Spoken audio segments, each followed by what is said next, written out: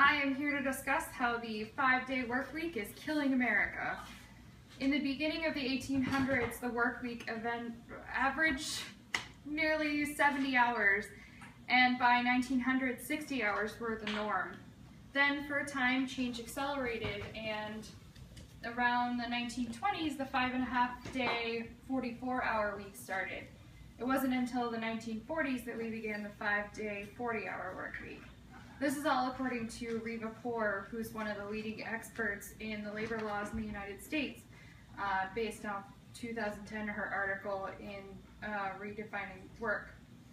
However, the rise on research in national health has shown that our general health is on the decline, attributed to our poor diets and stress through our intensive work schedule. The winds of change are also on the rise, however, as more and more are embracing the 4-day work week, either through 4 10-hour work days or 32-day work.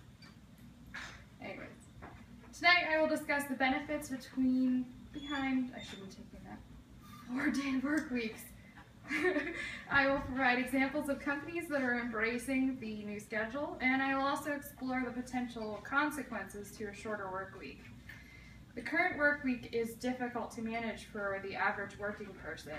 There's little time for a full social life, for traveling, and the usual 9-to-5 schedule requires employees to leave work to go to doctor's appointments, or they force them to put their children into daycare.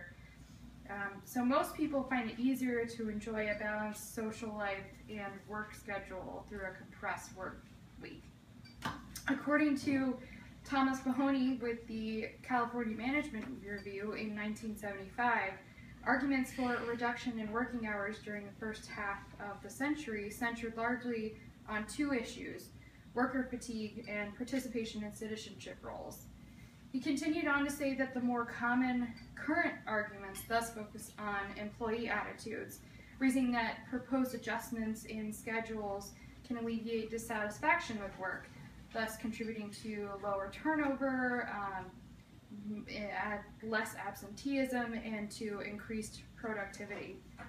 Richard Hartman with the Human Resource Management in 1977 confirmed that an increasing desire for greater numbers of days away from the workplace could result in a significant social impact and changes in consumption patterns. The short-term economic potential appears to be positive in terms of productivity. There are several companies that have jumped on the bandwagon embracing the 4-day work week. The state of Utah, for example, switched to 4 10-hour days instead of 5 8-hour days. Catherine Silva with the Connecticut Law Review reported in 2010 that after 1 year, 82% with the state of Utah liked it better than their previous schedule. Ruser Design, a web design company in India, has also embraced the 4-day work week. Jian Sahadi with CNN Money interviewed the president in 2015, who found that the new policy, now in place for 2 years, motivates everyone to work faster and with greater focus, much like the way that people work better before they go on vacation.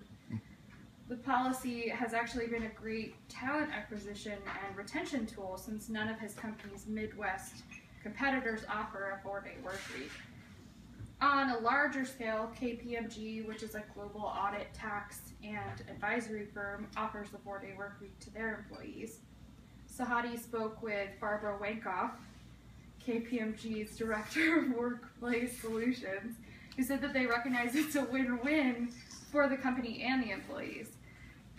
Their satisfaction goes way up when they have control over their time, and it increases employee morale, productivity, and retention.